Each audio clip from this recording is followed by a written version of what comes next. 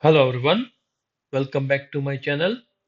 In my previous video, we have learned how to write an Apex trigger and we have covered few use cases where you can utilize or you can create an Apex trigger to achieve some functionality. Now, today we are going to learn about different trigger framework. Okay, so here's the agenda. First of all, we are going to see an introduction of Apex trigger framework, then key objectives.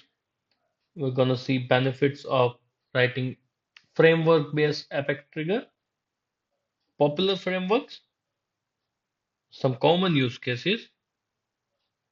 So introduction, the Apex trigger framework is a design pattern in Salesforce used to manage or organize Apex trigger effectively, ensuring the scalability, maintainability, and reusability of the code. It helps avoid common pitfalls such as trigger recursion, bulkification issue, and complex trigger logic that can arise as the application grows. Now let's learn the key objectives. So one of the key objective is single trigger per object. It is advisable by Salesforce to have a single trigger per object. Yeah. Separation of the concern. So we can separate the logic based on trigger event. Order of execution, again, the execution of the order, like what function gets executed first, what gets second. Okay. Then bulk handling, like bulk data handling. We should not write a trigger which is not having bulkification, right? So bulk handling will be also available as a part of trigger framework. Then avoiding a recursion, right? The recursion should be avoided as well. Now let's see the benefits. Clean and organized code as of maintenance. So maintenance will be limited or maintenance will not be required at all. We can't guarantee that maintenance won't be required at all, but it will be a lesser maintenance of code. Testability, the code can be tested easily. Scalability as well, like we can scale the codes, scale the functionality that's being written. Minimize the recursion as we talked about. Now let's see the popular frameworks available in the market. So there are many trigger frameworks available in the market, but here are a few of them that we are going to see. Handler-based trigger framework. Second is framework using virtual class. Third is framework using interface. Out of these three, in today's session, we are going to see the handler-based trigger framework. Now, handler-based trigger framework. What is it?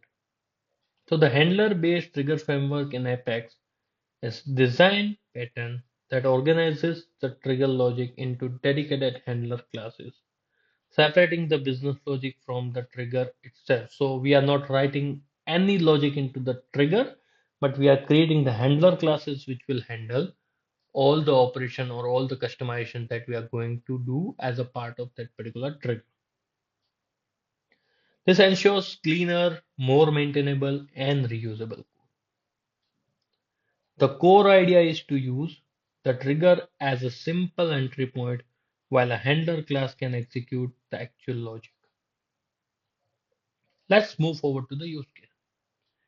So a company wants to automate the management of contacts related to the account in Salesforce to maintain the data consistency and reduce the manual effort. The following key requirements have been identified.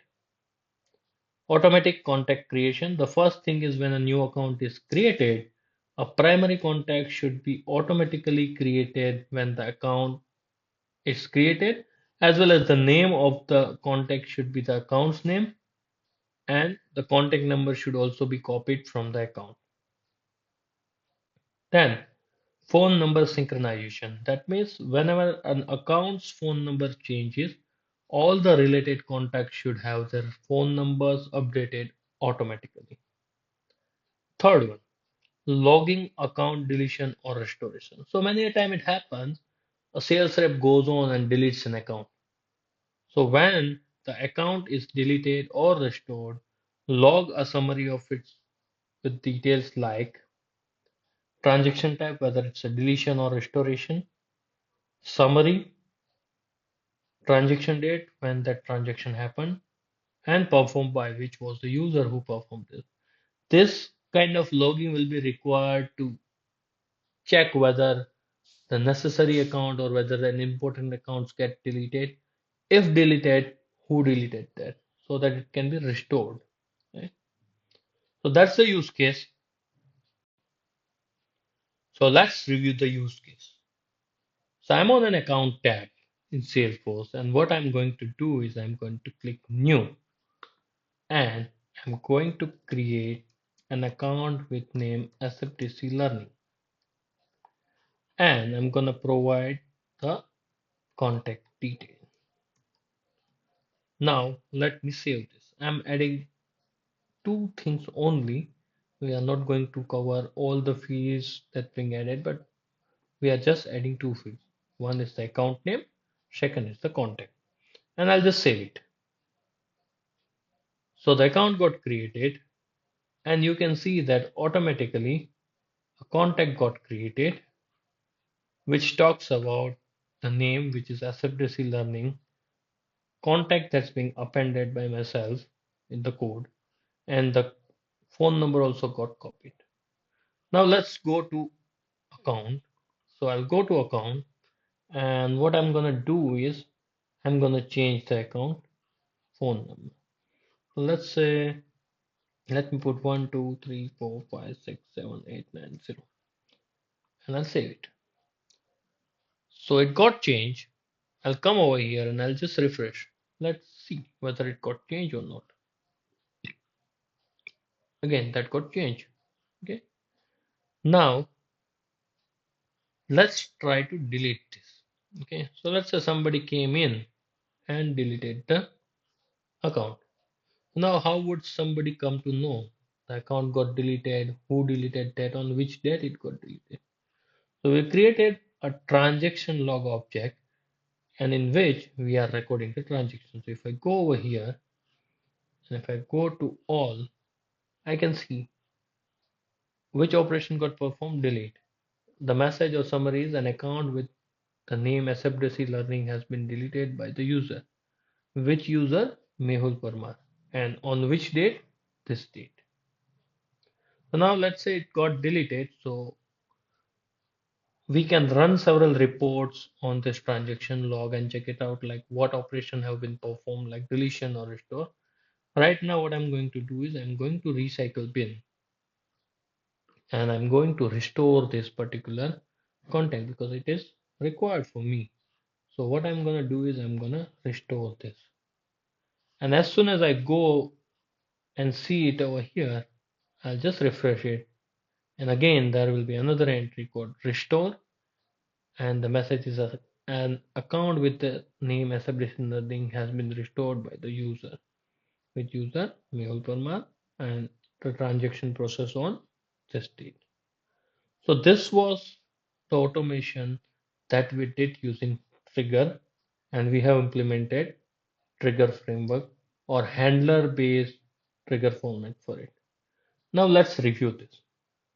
So we are in VS Code now, and you all can see that I have written a trigger on account, which is before insert, before update, after update, before delete, after undelete. So I have covered all the operations.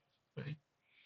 Now I have created a custom setting over here, which talks about disabling the trigger. So many time it happens like you don't want the trigger to be executed, right? So at that time, what you can do is you can create a custom setting, and based on that, you can define whether the or trigger logic should be enabled at this time or not. So let me just show you that setting. So I am in custom setting. I have created a trigger config custom setting, and I have created a record over there. And I have a field called disable account trigger and log account transaction. Disable account trigger is unchecked. Let me check this out. That means now triggers that we have written on account, it should not get executed. So let's do this now. So I'll create an account called test account. I'll add contact number, let's say 9988776655, and I'll save it. Remember previously when we created an account called SFDC Learning, it has already created or it has created a contact automatically. Now let's see over here. You can see contact didn't get created. Okay. Now what I'll try to do is I'll delete this. Okay. So remember while deletion there was a log that got created. So it has already been available over here. So I'll just refresh it. Again, that log were not there. Like the trigger was not enabled, so logs were not recorded. Now let's say if I enable this, so I'll untick this and I'll save this and let me create test account 2 and let's have it like phone number like this and I'll save it. You see the contact got created with the detail. So that's the use of the custom setting using which you can disable specific objects trigger. Now after insert. So first use case was after the account gets created, you should create a contact with the same name as account. I've appended contact afterwards, right? And the account's phone number should be copied. So these are the context variables that we talked about in our last video. And this defines like trigger is after. So trigger is running after and trigger is running for insert. So it is after insert. Now in after insert, what I did was I'm calling a handler, which is account trigger handler, which is nothing but an Apex class. Okay. And I'm calling the handle contact creation method. If you see over here, I'm passing all the data, the map of the account, which is trigger.newMap. Again, we talked about this in the previous video, so you can just go to the Apex trigger video and check this out. What context variable are and what data we get into trigger.newMap and old map. So now over here, what I'm doing is I'm running a loop on account to make this bulkified. I'm creating a reference of contact, and you have seen that I have created a method over here. What it is doing is it is creating a reference of contact over here, which provides an account ID. First name is object.name, last name is contact that I have appended, and phone number is object.phone number.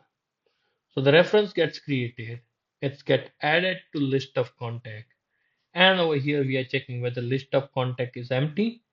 If it is empty, then we won't perform any operation and will simply return. If it is not empty, then the list of contact will be inserted into the system. Okay, this is purely bulkified code. If you upload multiple accounts in a single go, it will still create the contacts in bulkification. Okay, then there is something called handle contact update, right? So there was another use case that we had, and let me just show you that. The second one, when the account's phone number is changed, all the related contacts should have those phone number updated, right? So again, it is trigger dot is after and trigger dot is update. So once account is updated, post that. Again, we have created a method in the handler class which talks about get the related contact. So we are getting the ID of all the account which getting updated using this key set. We are getting all the contacts. Then we are checking if the phone number is not blank. So if the phone number is blank, we'll continue the loop because if it is blank, then nothing should be done.